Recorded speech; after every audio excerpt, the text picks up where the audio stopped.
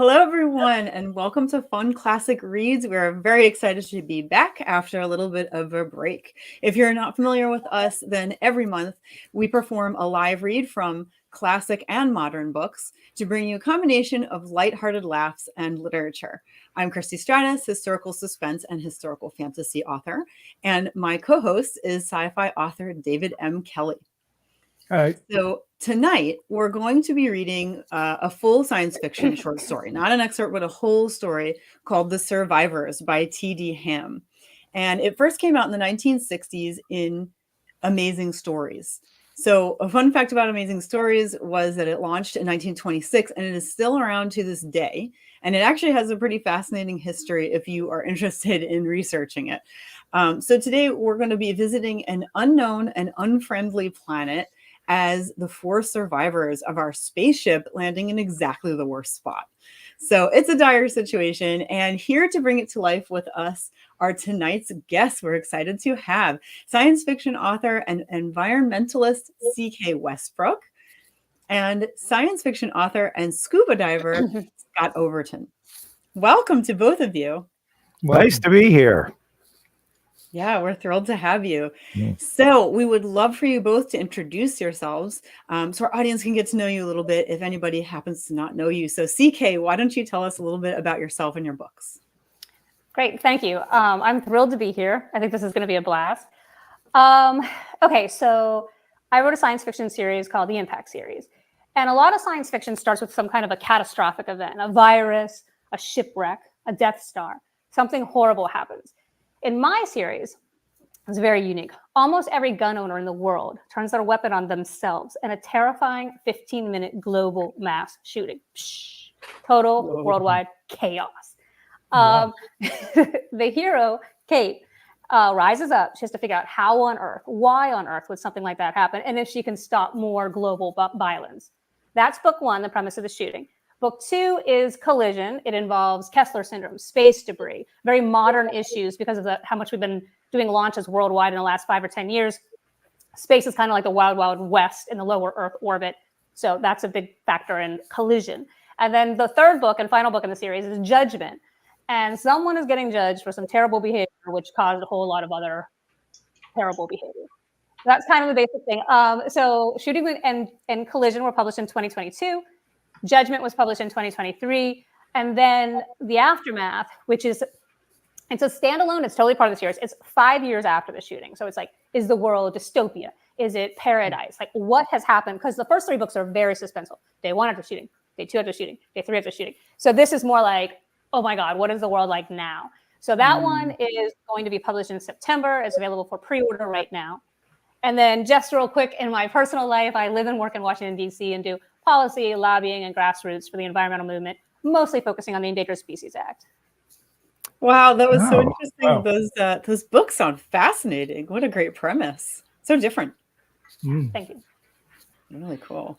All right, Scott, tell us about yourself now. Well, I was a career radio broadcaster and now retired as far as that goes. So I got a whole second career as a writer. My first novel was set in the radio industry. After that, I've written science fiction thrillers that take you everywhere from the human bloodstream to a symbiotic alien in a guy's body to one that investigates brain-computer interfaces as a consumer item. Another hundreds of years in the future after all the rich and powerful have abandoned the earth and decide to come back. And my latest one is called Oceanus, and it takes us to the same kind of setting as Sphere and The Abyss, if you've seen those movies. But there aren't that many books that are set at the bottom of the ocean. And the premise is that a jetliner passing over the South Pacific is blasted by this unknown energy that knocks out the passenger and crew. So first they got to bring it down safely, but then they've got to investigate where was this blast of energy from or going to at the bottom of the ocean. So a team of specialists takes a prototype habitat down to the bottom of the ocean, a couple of miles below the surface. Not quite in the Marianas Trench, but in that area of the South Pacific. So it's a great, setting for it, and lots of themes about intelligences, various different intelligences, lots of action from the very first page too. You mentioned that I'm a scuba diver. I have been, and so always have liked that kind of undersea environment, if you like. haven't set a lot of stories there. And I always think of scuba diving must be kind of like the closest thing you can actually do to actually going into space in a spacesuit. Actually, It's wonderful. It's wonderful, and try it. I always tell people that go to the Caribbean. You know, the Caribbean has such great foliage, beautiful plants of all colors, but you're only seeing half or less if you don't at least snorkel on coral reefs. And scuba diving is even better. So yeah, I've always wanted to do it and love it. That's fantastic. So, what we're going to do next before we begin reading is we're just going to talk about what we are all working on, if we have any releases in the near future or just in the future in general, any events you may want people to know about, really anything coming up, including any of your drafting or anything you want to tell us about. So let's go back to UCK. What are you working on right now? What can we look forward to? Well, The Aftermath is being published on September 13th, and pre-orders available. However, I am working on another book. I should say it is ckwestbrook.com. If you go to my website, it'll direct you to everywhere. It's basically available everywhere. In Amazon, it's not on audio yet. That always takes a few months later to get it. But all my other books are available on Kindle, audio, Audible, all the different versions. And I'm working on a 5th novel right now, which is due to my publisher next year, which is kind of a prequel to the whole thing, where it's kind of like, how did this whole dynamic set up to have this like global mass shooting? So that will be published in 2025.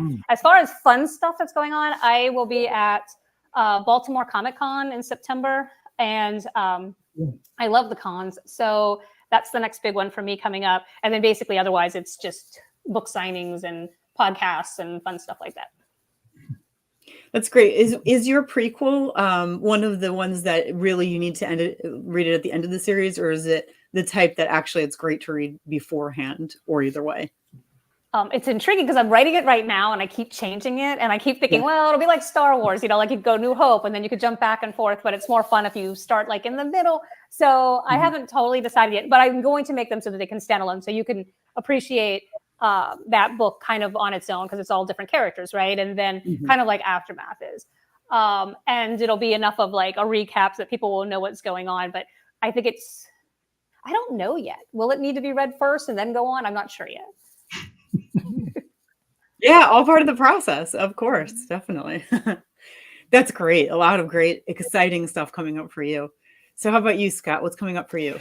Well, unlike CK, I don't write series. I haven't read, none of my books really tie together as a series. They are all standalones.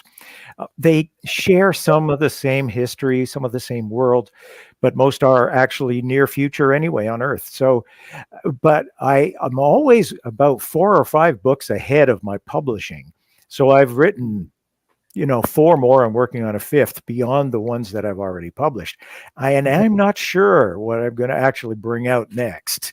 There are 2 that I'm kind of considering, and I have to decide that. Well, there goes my emergency warning going again. Tornado warning. So if I vanish and disappear, hopefully it's not because of a tornado, but just lost power or something. Okay, I just want to say that. But I'll bring out another one probably in the fall, but I have not decided between the 2 that I'm considering. And one goes quite a ways into the future and looks at various different forms of artificial intelligence or digital consciousnesses, particularly in a number of different forms, like I say. And the other one kind of looks at the Earth maybe 1,000 years from now, when there's a lot of evolution between now and then, and plant life has changed entirely to almost mirror our technology, but in plant form. So that was a fun one to explore too. But they are written; they just not I have to work with beta readers and editors and stuff. Yeah, it's a long process bringing them out. It is. It is. Absolutely. How about you, Dave? So I was away for quite a while, which you would think would actually hamper my writing, but because of the circumstances, actually it was a wonderful boom. And I'm actually now just over 75% through my next novel, which will be the first in a new series, which is in the same universe as the Joe Ballon and Logan Two Feathers books, but it's about 200-ish years further on into the future. Nice. And it has a bit more of a military aspect to it, but I'm not saying much because I never do before they're published. I'm secretive. I don't want to tell anybody anything until it's done and I'm kind of feeling confident about it. So that's what I'm kind of like working on at the moment. I did release the paperback version of Null Vector, which is my Joe Ballon prequel. So the print version of that is now available. That came out a few weeks back. So that's good. And my wife's waving a piece of paper at me saying graphic con on it. Because a week on Saturday, I will be appearing at and signing books at the Sudbury Graphic Con, which is our local Comic Con type sci-fi event. And I believe you're going to be there as well, Scott. I haven't made plans to be there yet. I haven't. Okay. I haven't booked a space for it. I might drop by. Right. Okay. Because the Sudbury Writers Guild is going to be there, aren't they? Yeah. But also my good friend and our previous co-host, Rich Stevens, will also be there signing his books. So, that's going to be fun. Yeah. So that's kind of like for me. What about you, Christie? That will be fun with you? Also, Null Vector is very good, and you should all read it because I read it and I really liked it. It was really, really good. Oh, thank you. So, there isn't a whole lot going on with me. A lot of you know that my dog passed away recently, and she meant a lot to me. So it's been rough going for me. But I'm getting, I'm doing better and everything. But I haven't had like the motivation to do anything besides regular work. So, but I did want to say a public thank you to Dave, who was not only there for me, during all of this, even while he was in another country, but, he handled everything with Fun Classic Reads. I didn't even have to say, could you do this or can we split this or anything? He did everything. And then he said, what else can I do? And it was just one of the nicest, most amazing things that someone has done in terms of taking, work off my plate and not even asking, not even thinking twice about it. So I just wanted to say a public thank you to Dave. And I don't want to embarrass him, so I'll move on, but I really appreciate You already have. So what I will be working on shortly is getting back to my Victorian era historical fantasy, which is Prohibited Magic. I took a long break from that while I was dealing with my dog's illness and then her passing. So I will be getting back to that. And I've been doing just a lot of reading instead of writing. So it's, there's still some creativity there. You know how it is when you read, you're constantly learning and, whether it's another genre or nonfiction. And I've been reading like 3 or 4 books at the same time, which has actually been really fun and nice since I have not been able to do that in a long time. I just usually have too much on my plate.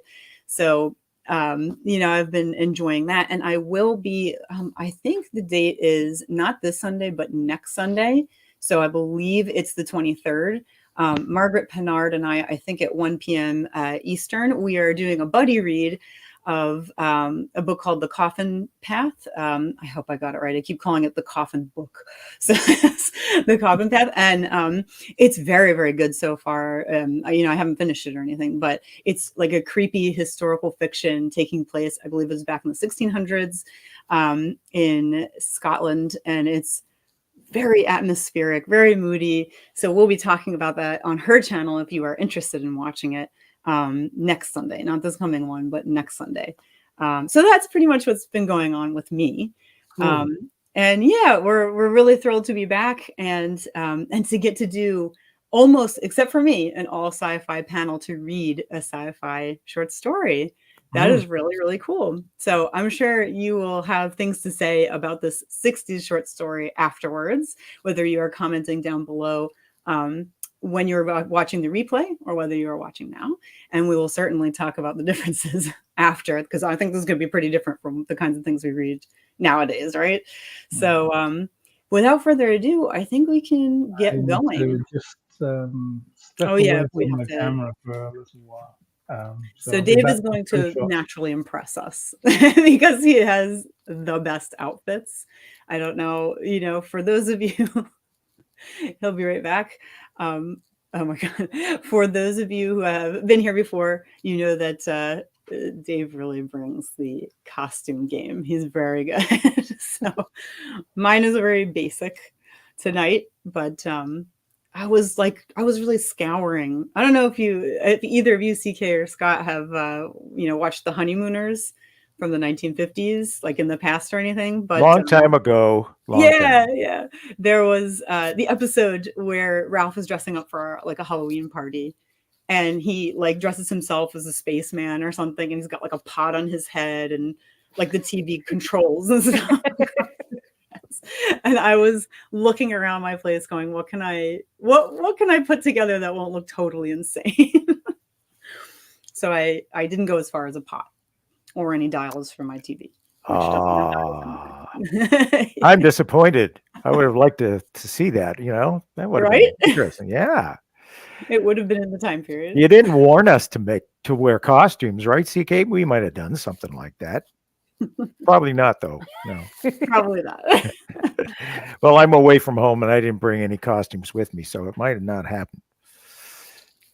There you go. So Scott, you're in Canada then. Is that what Dave said? He said you're in Canada? Well, Dave and I both live basically in the Sudbury area, Sudbury, Ontario. It's the edge of northern Ontario. Ontario is vast north of there, but we consider it northern Ontario. I'm, however, just a little south of that, visiting family.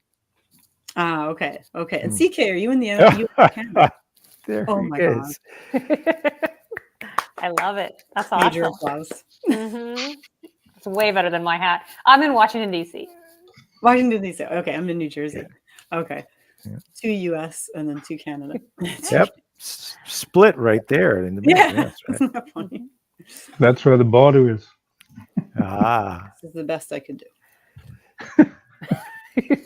Oh, hey. Oh, that's good. A little antenna.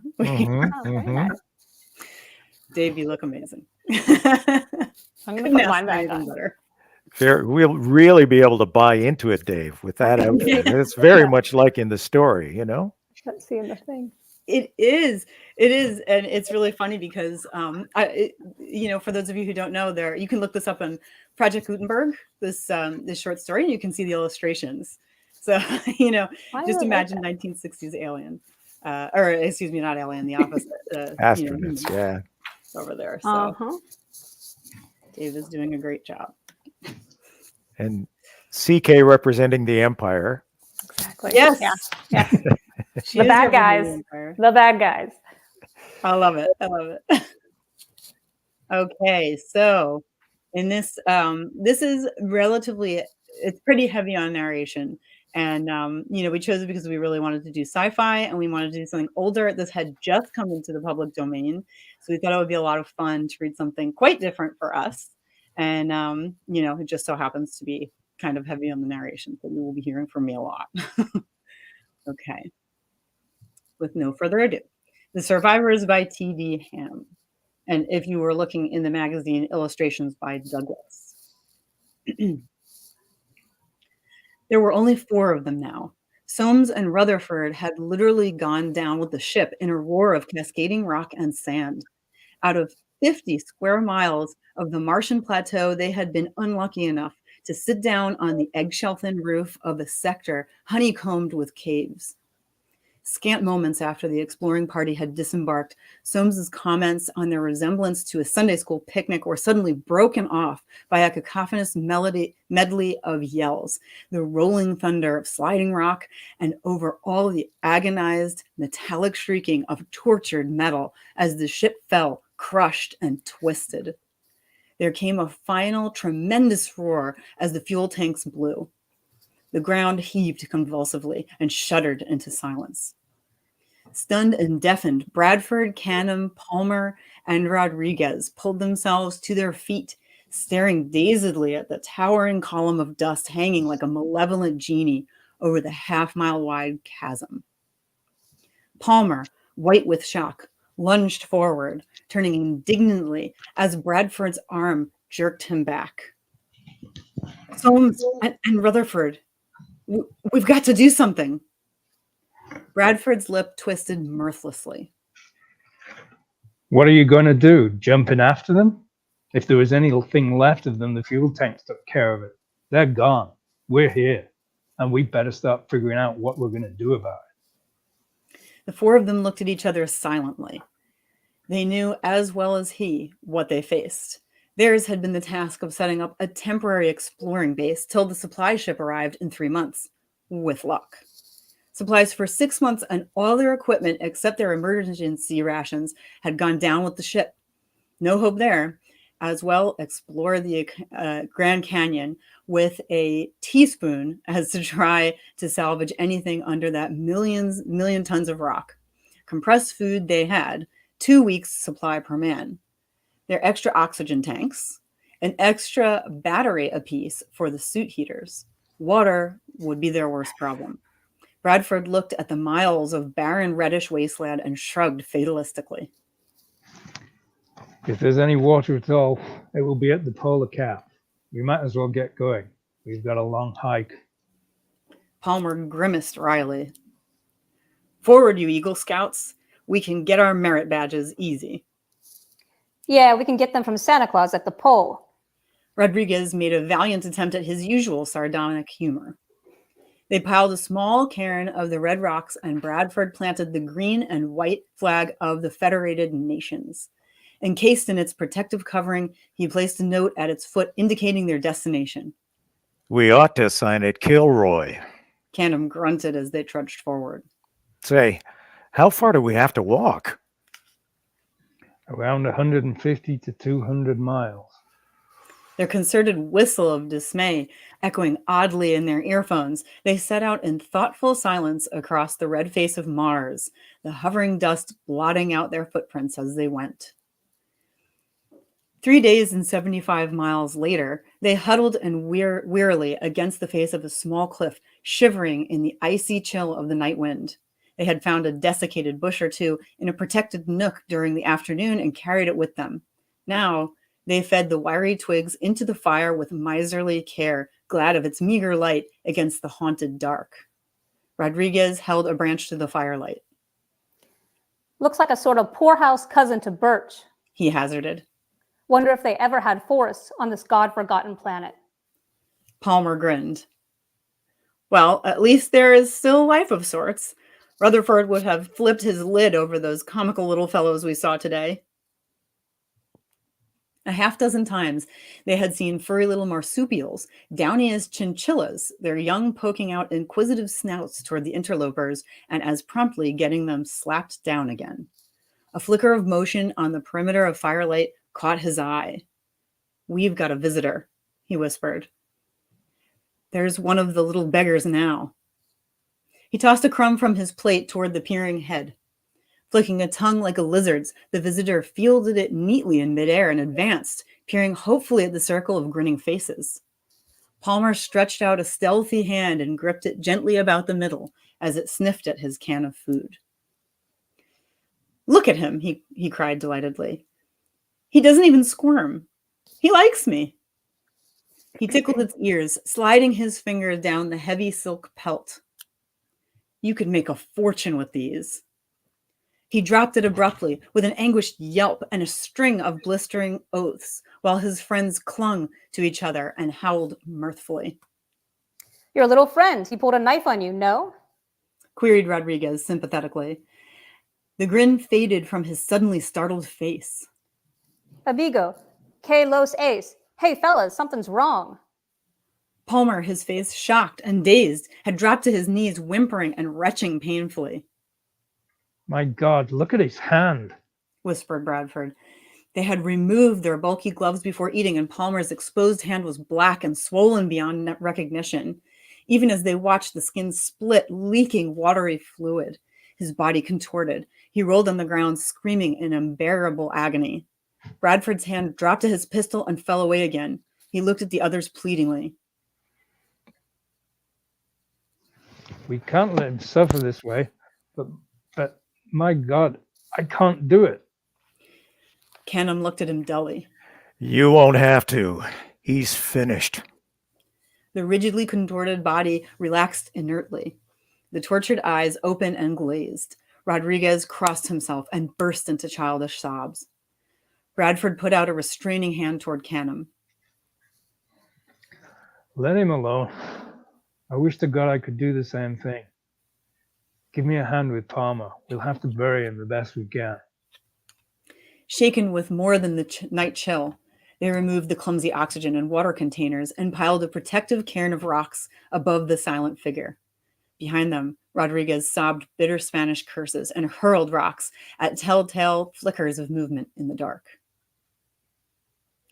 Through the next day and the next, they trudged on doggedly, speaking little as they put the reluctant miles behind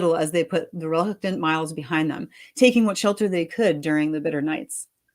During the day, under the thin Martian sunlight, they turned off the suit heaters, conserving the batteries, hoarding their remaining food and water with miserly care. Bradford, assuming tacitly acknowledged leadership, pondered the situation wearily. Even with Palmer's supplies, it was doubtful that 3 of them could last out the 10 weeks or so remaining before the arrival of the second ship. If they could only make it to the pole, there they were sure of water at least, in the vegetation belt surrounding the shallow ice cap. If it was ice and not frozen carbon dioxide, which some of the experts held out for. In their initial swing around the planet, they had seen the narrow green belt dotted with shining pools. Plants meant oxygen, too. And it was possible that in a temperature supporting some kind of growing life, it would be warm enough so that they could remove their helmets for breathing, if only in the brief daylight hours. Bradford, lost in thought, started as Canham touched his arm, motioning him to open his faceplate and turn off the headphones. What's the matter with you? He jerked impatiently. Canham turned a thumb toward Rodriguez. Nothing's the matter with me. Him. I think he's going off his rocker. Bradford looked at Rodriguez, plodding unheedingly ahead. Since his first outburst after Palmer's death, he had gone mechanically about each day's routine, outwardly calm. He said little, but neither had the others. The only indication of his inner torment was when one of the deadly little marsupials peered at them as they went on their way. With deadly fury, he would hurl a barrage of rocks through the air, while the little animal eyed them in indifferent curiosity. Occasionally, he scored a hit, laughing grimly as the dying animal erected the ruff of lethal spines through its silky fur. Bradford snorted mirthlessly. I doubted either of us would pass a sanity test at the moment. What's so special about him? Canham's normally cheerful face retained its solemn worry.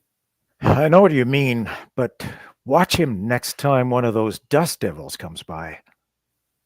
The day before, they had descended the northern slope of the high plateau onto the long sandy plain that extended northward. Everywhere there were the dancing, careening dust devils, tall columns of the brick-red sand, faintly menacing forms, pursuing some unseen purpose of their own. From time to time, one would swerve close, seeming to keep pace with them for a few steps before whirling off in its erratic dance. One approached them now. Rodriguez turned toward it, making a furtive gesture with thumb and forefinger, and deliberately trickled a stream from his water bottle upon the sand. Bradford came forward on the run, shouting into the hastily adjusted helmet mic. Angrily, he jerked the bottle out of Rodriguez's unresisting hand. What the hell do you think you're playing at? Bradford panted. Rodriguez eyed him sullenly. I know these things, as my people know them. Los ballerinas del diablo, the devil dancers. One gives them what is most precious, is muy necesario. More and more, he was losing his usually fluent, faintly accented English and reverting to his native tongue. Bradford eyed him sternly. Rodriguez, you're a good Catholic. You wear a holy medal. What's all this talk about sacrifices to the devil? Rodriguez's gaze slid away. I don't think God knows about this place. This is of El Diablo. So now you want to get in good with the devil? Bradford grunted. Well, you can do it some other way than with the last of the water. He jerked his head at Canham, waiting wearily behind them. Come on, you two. We'll all feel better when we get out of this desert. He ended with a wry twist of the lips. He had nearly said "godforsaken." Maybe Rodriguez had the right idea after all. During the afternoon, some chance convection of air currents sharply increased the dust swirls. The desert seemed full of their erratic spinning shapes. Rodriguez plodded along, ignoring Canham's sporadic attempts at conversation. The chilly sunlight was waning, and Bradford's face lighted with relief at the sight of a small sandhill. At least they could dig a hole to get their backs into and break the whistling winds. He felt an irrational comfort at the thought of the coming darkness. At least they wouldn't be able to see the dust devils. Maybe they could get some talk going and snap Rodriguez out of his melancholy silence. Perhaps they had all been getting too introverted since the series of disasters. They made camp before dark, digging themselves well in. Bradford and Canham forced themselves into a semblance of cheerfulness as they worked. Rodriguez's face remained dark and unsmiling. Like one of those damned stone images in the Yucatan jungle, Bradford thought with a brief burst of irritation. You wouldn't think that the little Mexican man had been the ship's humorist, his face one perpetual white-toothed smile. As they huddled cold and uncomfortable in the gathering darkness, Canham grinned apologetically with the air of a conjurer producing trained seals from a hat, gravely presented 3 crushed and bent but undeniable cigarettes, distinctly contraband on the ship. He eyed Bradford with mock contrition. I can't imagine how I got these in my kit. I guess when I was packing, everything just went black. Of course, if you'd care to be my companion in crime. Bradford frowned darkly. I ought to have you in irons for this, Mr. Canham. Now give me one of those things before I break your arm. With a muttered word of thanks, Rodriguez laid his carefully aside on a handy rock and slid out of the shelter into the early dark. Canham tossed a facetious remark after him and received the usual unprintable reply. The other two sat inhaling luxuriously. Bradford sighed comfortably. I think he's snapping out of it. Good thing you noticed what was happening. We'll all have to keep an eye on each other from now on. It's enough to drive anybody nuts. Have you noticed anything funny about the feel of the place? Bradford looked at him uneasily. What do you mean, funny? It's just a feeling I get. You know how a brand new house that's never been lived in feels different than an old house that's been deserted? They're both empty, but it's a different emptiness. It's the same way with pieces of country. Where we trained on that high desert country in Arizona, it had a new sort of unused feeling about it. Bradford felt an unacknowledged tingle along his nerve ends. Well, this is a lot like it. He tossed out defensively. In spite of himself, he slid a sidelong glance at the surrounding dark. Canham went on, unnoticing. That's what I mean. It's a lot like it, but it's different too. Like it had been lived in for God knows how long, but everybody moved out. But there's no ruins or anything. Well, maybe there wouldn't be any after 1,000,000 years or so. And how do we know what's under the sand? You can't even find your own footprints 15 minutes after you've made them. Bradford laughed shortly. Well, keep your spooky ideas to yourself. We don't want Rodriguez going clear off his rocker. They sat watching the fading landscape where the dust devils still swooped and swung. Finally, with a faint frown, Bradford glanced at his chronometer. Roddy's been gone quite a while, he said uneasily. He stood suddenly and lifted his voice sharply. Rodriguez? Hey, amigo. Andale, dude. He glanced at Canham. I don't like this. We don't know what we're liable to run into in this damn country. They set out, trotting clumsily in their heavy suits, circling the mound where Rodriguez's footprints were already fading into the shifting sands. Canham gave a sudden convulsive clutch at his companion's arm. There was no need to speak. Scattered over the sand were the component parts of a spacesuit, the heavy gloves, the helmet, the shoes, and neatly wrapped in the padded coverall, the oxygen tanks. Ahead, nearly invisible, were the prints of naked feet. Bradford groaned. Good God, he's gone completely nuts. He'll be frozen stiff in 10 minutes. They saw the crumpled heap at the same moment, and with a thrill of undefinable terror, they saw the stooping, whirling shadow spinning dizzily over the huddled shape. Bradford wrenched his faceplate open, yelling frantically. Gasping, he slammed the mask shut against something like a rain of fiery sparks on his unprotected skin. It was all too evident that Rodriguez would never hear again. Gathering his strength to turn the inert figure, he nearly overbalanced. There was no weight to it at all. Beside him, Canham cried out hoarsely. My God, he's like a mummy. The whole figure looked strangely unhuman, completely dehydrated, the flesh molded tight over the protruding bones. Rodriguez lay peacefully, both stick-like hands clasped over the holy metal on his chest. Sick and shaken, they bent to the task of scooping sand over the shrunken body, glancing sidelong at the devil dancers whirling exultantly in the shadowy night. Bradford, with a defiant look at his companion, unhooked Rodriguez's half-empty water bottle from his own belt and placed it upright at the head of the mound. He knew what they wanted, and I took it away from him. I guess we can spare him this.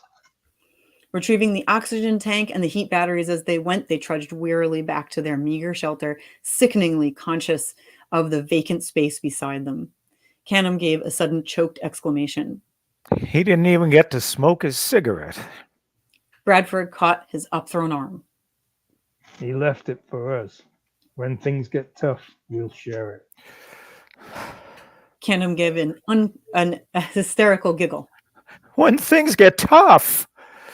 Good night, Hard Rock. The 2 days following went by in a continuous waking nightmare, putting one foot in front of the other foot, inching their way monotonously toward the still invisible pole. They had left the dust devils behind, due to some freakishness of the wind, so they figured. Canham looks like death on a pale horse, Bradford thought dully. And I probably look worse. He rubbed absently at the dry, scaly pits on his face where the unholy dust had stung him and reverted to his private worry. Suppose the carefully theorized solar compass was wrong. Suppose this double-damned planet possessed a field of its own that would throw their calculations out and they were going in circles. If they were heading north, the pole couldn't be more than another day or two distant, even if his reckoning had been off. Unconsciously, he lengthened his stride for a few paces and was reminded by his quickened breathing that he was wasting his scant oxygen supply. They already had tapped their original spare tanks, thankful for the lessened weight as they jettisoned the empty. Even with Palmer and Rodriguez's partly filled tanks, they only had enough for a couple of days' full-time use. Since they had left the region of the whirlwinds, they had been able to experiment cautiously with leaving their faceplates open a few minutes at a time, even though the thin, oxygen-starved air caused their lungs to labor painfully. Bradford was roused from his musings by an astonished exclamation from his companion. Down on his knees, Canham was babbling incoherently. Green! It's green! Bradford knelt beside him in awestruck silence. A tiny growth, scarcely large enough to be dignified with the title of shrub, here, in this arid plain, and undeniably green. Canham touched it caressingly. Oh, baby, I hope all your brothers and sisters and the rest of the kinfolk are just over the hill. Clambering to their feet, they set off, lumbering awkwardly in their heavy suits, breath coming in labored gasps to halt abruptly at the edge of a steep downward slope. Before them lay another belt of arid sand, and beyond a ring of marshy, pool-dotted soil, encircling a solid belt of vivid green, and faintly visible on the horizon, the glimmer of the shallow snowcap. Canham gulped audibly. If Cortez really wanted a thrill, he should have discovered this overgrown duck pond, the Pacific. Phooey. Bradford slapped him on the back. I feel like I could flap my wings and fly down.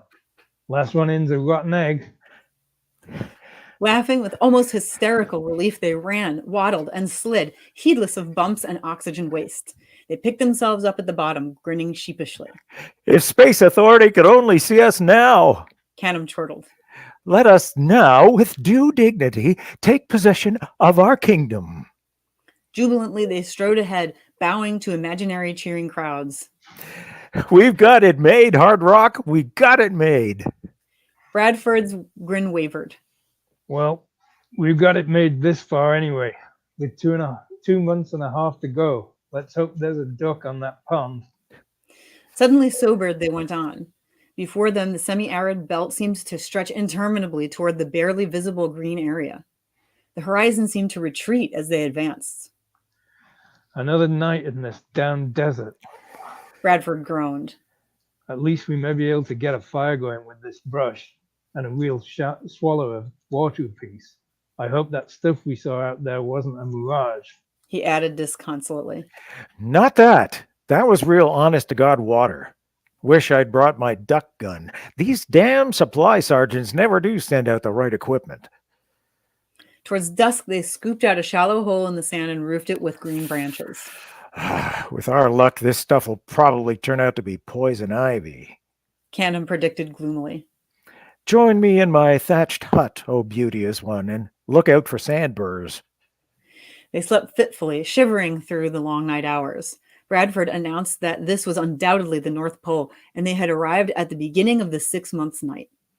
With the first of the thin, cheerless rays of the distant sun, they clambered out of their cramped sleeping space, some of yesterday's enthusiasm waning as they stumbled about, relaxing stiffened muscles. Vaguely uneasy and depressed, they started out. The very nearness of their goal somehow seemed to make their chances of reaching it doubly unsure. Afternoon brought them to the edge of the marshy area. They halted, surveying it doubtfully. Any such region on Earth would have been busy with life. Frogs croaking on lily pads, water rats and fish making small plopping sounds in the water, tall reeds swaying. Here, there was nothing that breathed of warm-blooded life. Only the shallow pools lying stagnant, reflecting stubby water grasses, dotted here and there with small mounds growing a stunted bush or two. Canham shivered suddenly. Oh, this is more dead than a cypress swamp. How I'd love to see a little old cottonmouth rearing his ugly head out of that puddle. Bradford shifted with his shoulders uneasily. Well, here goes. Shall we circle around a bit to see if there's a drier path? An hour's walking brought no change. Always before them lay the silent marsh, inimical in its unending desolation, and beyond it, tantalizingly green, lay the only growing things on Mars. With some difficulty, they managed to find a branch apiece long enough for a probing pole and started out reluctantly, wincing as their feet sank deep in the fetid ooze. These boots are damn heavy. Bradford remarked doubtfully. Take yours off if you want to. Canham returned emphatically. I'm damned if I'm going to step on some slimy, poisonous species of fauna in my bare feet. They forged ahead doggedly, tapping with their poles, making for a stunted shrub lifting itself above the rest. Bradford, slightly in the lead, whirled as Canham gave a stifled yelp and hauled himself up on the mound, looking slightly green. Felt like a whale turned under my foot. He panted. Let's get out of this so I can be sick. Foot by foot, they heaved and plunged their way through the relentless sucking mire. We must be nearly to the other side. Bradford wheezed. We've got to make it before dark. It's a cinch we can't camp here. Canham looked across the few hundred yards remaining and shook his head wearily. This thing is like a moat. I got the feeling that we're being kept out by one defense after another. These harmless-looking, poisonous little beasts that killed Palmer, the wind devils that got Rodriguez, and now this. Bradford repressed a shiver. Come on, He said roughly. don't start telling your ghost stories here for the love of heaven. Save them for your kids. They plopped off the further side of the mound, their feet making gobbling noises as they lifted them one after the other in the tenacious, clinging mud. Bradford halted suddenly. There it is. He breathed. You can see the shore from here. Caution forgotten, they plunged ahead, panting with effort. Canham gave a sudden startled cry. Brad, I can't lift my foot. I can't move it. Bradford, a few steps to the right, felt his heart leap sickeningly at the stark terror in the voice. Take it easy. Get a grip on my pole, now. He heaved strongly, feet slipping, unable to get a purchase to make his strength felt against the pull of the quicksand. The perspiration trickled into his smarting eyes. Through Canham's faceplate, he could see his face set in agonized strain as he attempted to free his feet in their heavy boots, the water level rising from waist to armpits as he struggled. Bradford redoubled his efforts, muscles cracking as he tried to heave the other free bodily. Canham relaxed suddenly. It's no use. He panted heavily. Don't come closer. It'll just get both of us. Don't stay and watch it. It'll just make it harder. Wait a minute. Here. Catch.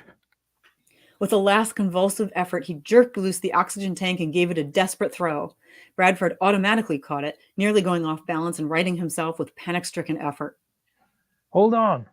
Hold on. He gritted. I'll get some branches from that shrub. You can throw yourself forward so I can get a grip on you.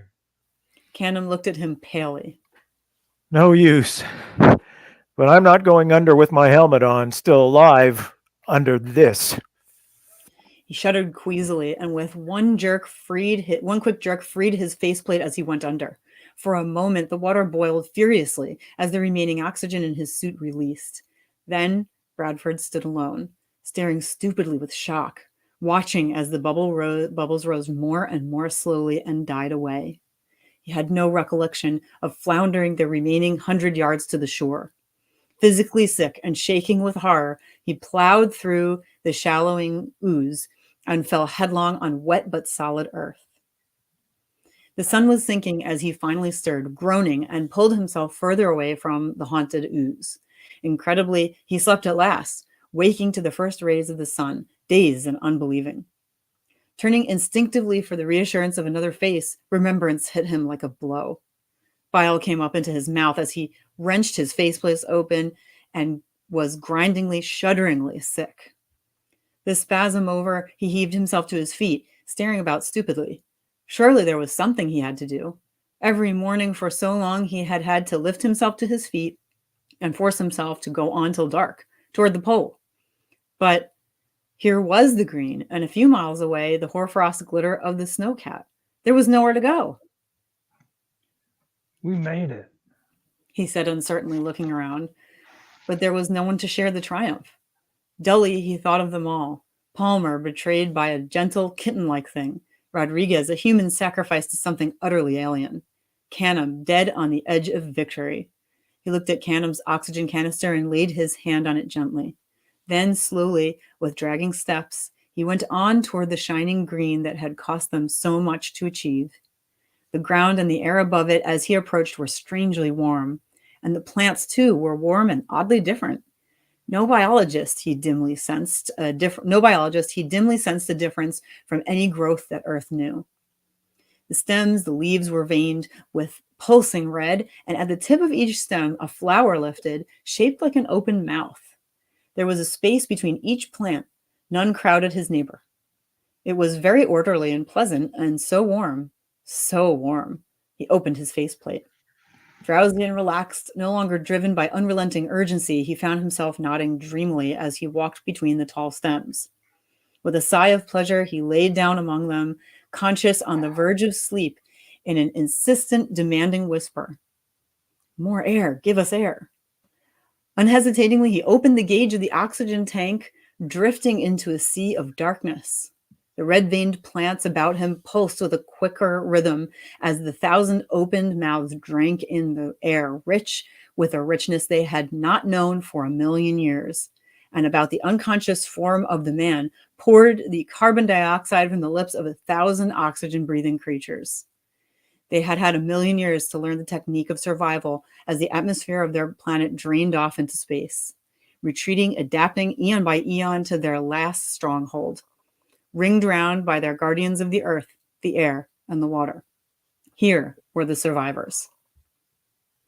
And that is the end of our sordid tale. It did not go well for anyone. That That was a really, Oh, it's God. really, it's a very good I one. got I mean, and we also, I want to say thank you so much to CK, who was willing to join us, even though she had very few lines. You're a real sport. We really appreciate that. Yes, thank you. Oh, it's great. I love that story. Isn't it a good one? Yeah, it's just wow. It's one of those. It has like a classic feel to it, I think. Yeah. For But sure. you went too soon, though. You went too soon. The El Diablo just Yeah, seduced yeah, me. that's right. I would say though, it's very traditional science fiction because even when I read it at first, I was like, I didn't think it was from 1961, and I had seen it on Amazon, so I was like, it was the same elements, human arrogance, and whatever we confront that is that we act like we know everything. I was like laughing. I was like, this could literally have been Mars or 10 other movies that have come out in the last few years, maybe a little bit more sophisticated on the technology, but the same concepts, right? That we just go in, assume we know everything, and then nature or, resources that we don't know kill us. And I was like, so I really like this story because it's just a retelling. It's very traditional science fiction. Have to agree. Yeah. Yeah, I always thought it was Mars. I was pretty sure it was Mars, although it never specifically says that, No, it does actually say that Oh. it's Mars. It does at the very beginning. It's where is it? Out of 50 square miles of the Martian plateau, they had been unlucky enough to set down on the eggshell thin roof. Oh, it does say that. Yeah, It does. Yeah. It's kind of like it's brief, but it's there. There you go. It is. Yes. So it is Mars. Okay, I was right then. Yeah. And our obsession with Mars is today, right? I mean, NASA, the United States, Bezos, Musk, everybody wants to get to Mars, which is utterly, like, to me, ludicrous and ridiculous. Why on earth does anyone want to go to Mars? Why on earth does anyone want to go to Mars? Yeah. I always think, why on earth does anyone want to leave this planet? My science fiction is our world, but for, so it's things coming to our world. It's, but it's like, but I read a ton of science fiction. I'm always like, nowhere has anyone ever found a planet even half as good as Earth. No, that's true. It's like you're absolutely right. It's like the environmental slogan, isn't it? There is no planet B. Yep. Yeah. Yeah. It's kind of interesting about the author, T.D. Hamm, was actually female. Thelma Hamm. Thelma Hamm. Yeah, and there's almost nothing about her information, which is kind of weird. She was married to another science fiction author, apparently called E. Everett Evans. And she lived from 1905 to 1995. But other than that, I haven't been able to find out anything. So if anybody knows more about her, let us know. Perhaps we could drum up some interest in her writing, because she wrote quite a few things. That's really as for going to Mars, I'd go. I wouldn't want to live. Where'd you go? I wouldn't want to live there, but I'd love to step on another planet, and just kind of like, yay, I got there. But I could never believe the programs that were going on, that Mars One and all these various things where people were volunteering to go to Mars on a one-way trip. And I'm thinking, are you serious? Why would you do that? Not on a one-way trip. If I could go there and come back, yeah. But nothing, certainly not. I wouldn't want to go on anything built by Mr. Musk. Yeah, right. He's too busy polluting lower Earth orbit right now. Yeah, no kidding. Yeah. He is destroying space. And there's no regulations to stop him. Actually, this is interesting. I didn't mention this before. I'm going to be on a space panel next Thursday and Friday. There's it's like NASA and a bunch of universities are hosting a 2-day conference on space environmentalism and debris and the crisis we're causing in space. And I'm going to be speaking as an environmentalist and a science fiction author.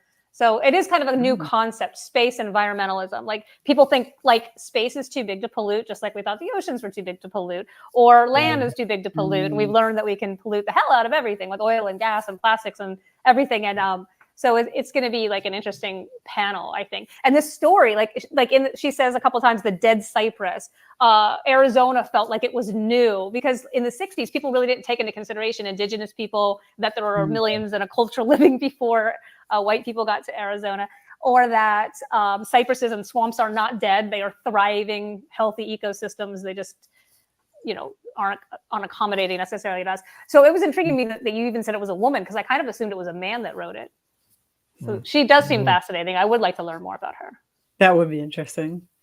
Anita says, I like the idea of space travel, but the reality is space is very dangerous to humans. Oh, yeah. Oh, yeah, absolutely. I'm okay watching TV shows and movies. That's right. That's enough for me. I couldn't stand, I'm a big Star Trek fan and everything, but I couldn't stand to be on a spaceship for months, let alone years, and not be able to go out in the open air and among the forests and trees. I'd go squirrely in the first week, I think. Claustrophobic. Yeah. Yeah. Well, even if you're not claustrophobic. Just love the outdoors too much. This planet. Yeah. Yeah. That's right. Yeah, I mean, traveling to other planets and what have you, it's certainly good in fictional terms, but the reality is probably a lot grimmer. Yeah, that's right. Margaret says Scott is saying he'd murder the crew. I don't have anything against the other people on the ship. It'd just be confined, I mean, you got a holodeck that you can go to for a little change of scenery. That's about it. I don't know. That's tough. That is tough. And on a real spaceship, probably nothing like that. You'd look out, a video screen to look outside the ship if there was anything to see. No. JD says, I love the idea of billionaires going and not coming back. Yeah, we can all agree with that one, JD. I love it. Yeah. We're really glad you all liked the story. There were lots of comments on it. So, thank you so much for watching, though. It was a really fun one. And I saw a lot of comparisons to other, books and movies and things. Really cool. It's a good one. All right. Well, I think it's a great twist at the end. I think that's my favorite part about that. It's such a twist where those are the survivors, not any of the humans. Yeah. The survivors are the ones who know how to take advantage of every little thing that comes along, and they keep going. It's kind of also sad, I think, like T.D. Hamm. I mean, probably using her initials because she felt that she couldn't use her real name, because there was a certain prejudice, sort of thing against women writing science fiction. And yet the strange thing is, women have written a hell of a lot of science fiction throughout the decades, sort of thing.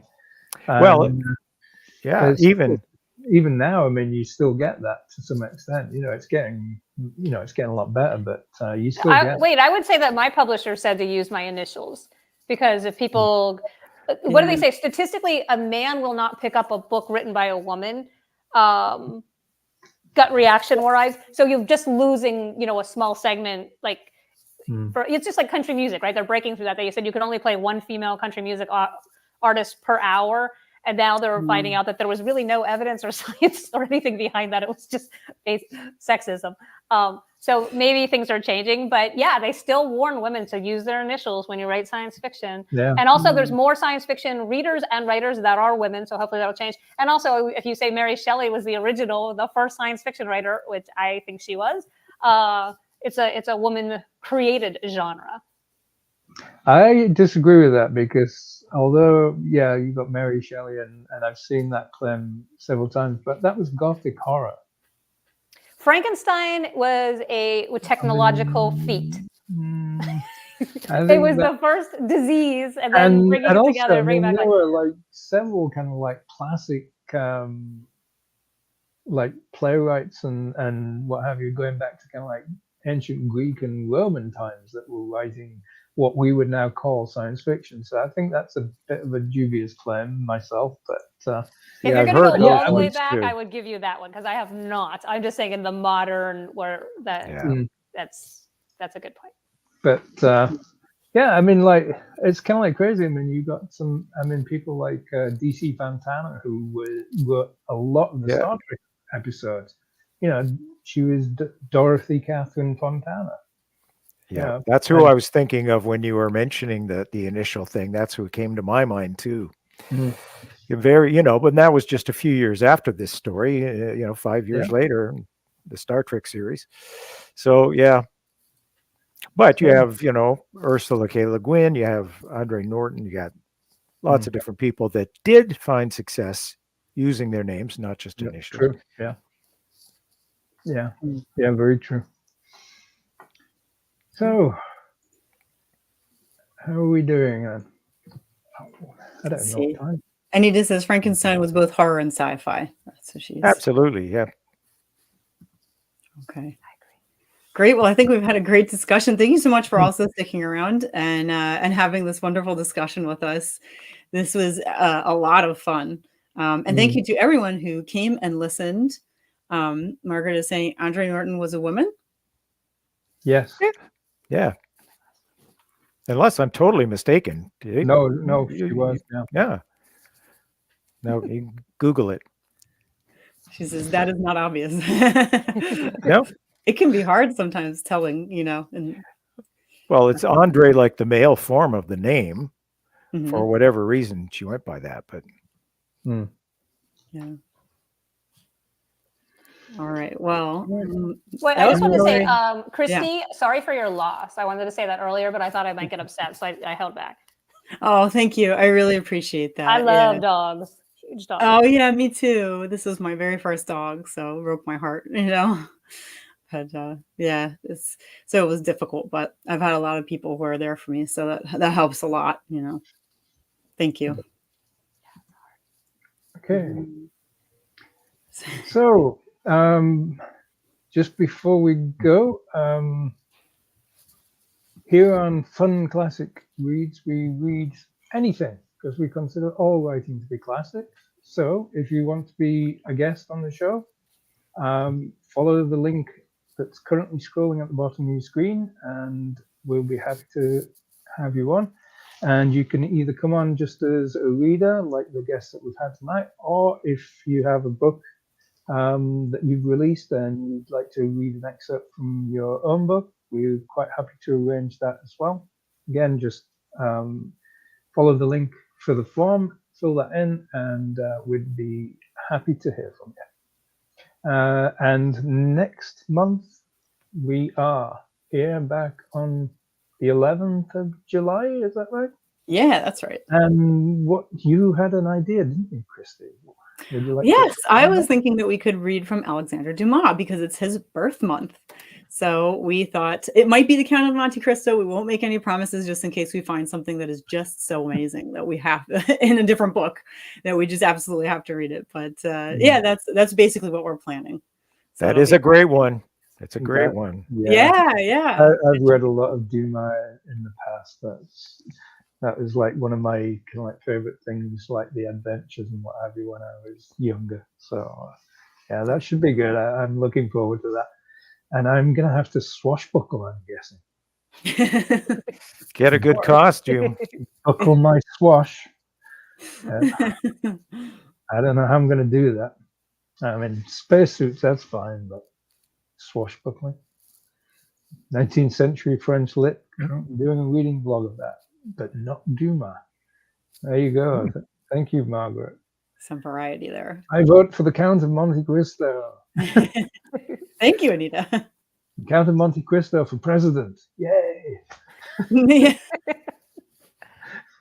Yeah, let's not go there. No. Yes, no, Let's start that now. It's like scarier than science fiction. Oh, goodness. Okay. Well, thank you, Scott. Thank you, CK, for joining us tonight. It's been great fun, as we always seem to have on this show. And thank you for Christie for joining me as host and surviving through these difficult times. And great pleasure to be here. Good. Thank you. And if there's nothing else, Christie, have you got anything? I don't think so. I think we're good to go. Okay. Thanks, y'all. This was awesome. Oh, thank you so much. I'm glad you enjoyed it. A lot of fun. Okay. Well, in that case, good night, everybody. Take care till next time.